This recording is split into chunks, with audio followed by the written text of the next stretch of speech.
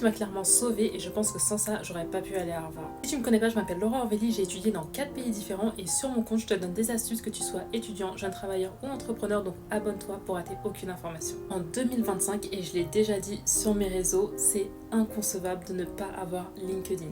Surtout si vous regardez cette vidéo sur TikTok, Instagram ou YouTube et que vous avez un compte sur ces réseaux sociaux mais que vous n'avez pas un compte LinkedIn, c'est que vraiment vous ne voulez pas réussir professionnellement. LinkedIn, ça va être un réseau social qui est dédié aux professionnels, donc aux personnes qui veulent se créer un réseau et développer un réseau. Le réseau social, il fonctionne super facilement. Vous allez indiquer votre nom, prénom, également votre domaine d'études et l'établissement dans lequel vous faites des études, et par la suite, quand vous êtes employé dans une entreprise, vous indiquez quel job vous occupez et dans quelle entreprise, etc. Et pourquoi cette plateforme elle va être super intéressante professionnellement mais aussi académiquement. LinkedIn, ça vous permet d'afficher qui vous êtes professionnellement, donc dans quel domaine vous faites des études ou dans quel domaine vous travaillez. Ça vous permet également, en plus, d'ajouter des personnes qui vont être dans le même établissement ou encore dans le même domaine de travail ou de compétences que vous. Et sur cette plateforme, des personnes peuvent vous ajouter et vous pouvez également ajouter des personnes et vous voyez les centres d'intérêt, les compétences en commun ou encore les établissements en commun que vous avez fréquentés. Et pourquoi cette application elle va être super utile pour garder le lien avec les différentes personnes de votre réseau. Imaginez que vous avez rencontré quelqu'un à une conférence et que vous recontactez la personne 6 mois plus tard ou 2 ans plus tard. Peut-être que cette personne, elle va pas se souvenir de vous.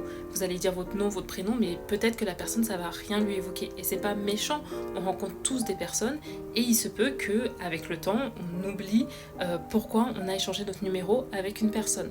Alors que sur LinkedIn, si par exemple vous contactez un ancien employeur ou un ancien superviseur pour demander une lettre de recommandation, cette personne va aller sur votre profil et va voir qu'est-ce que vous faites comme étude ou qu'est-ce que vous faites comme profession, et donc se souvenir dans quel contexte vous l'avez rencontré. Et LinkedIn, ça va être super intéressant de se créer un compte si vous êtes une personne qui n'a pas un réseau de malades. Si par exemple vous n'avez pas un père ou une mère qui est connu ou qui peut vous ouvrir toutes les portes que vous voulez, ça va être très important de se créer un compte sur cette plateforme et de se construire un réseau, c'est-à-dire des personnes qui sont dans un domaine que vous misez, que vous ne pouvez pas encore accéder pour X ou Y raison. Il sera plus facile de se construire un réseau d'abord virtuellement et ensuite dans la vraie vie. Donc c'est-à-dire avoir des personnes qui sont dans le milieu que vous visez dans la vraie vie. Si je fais une synthèse pour répondre à ce commentaire, l'utilité de LinkedIn, ça va être d'afficher qui vous êtes professionnellement, de vous construire un réseau, de développer et de maintenir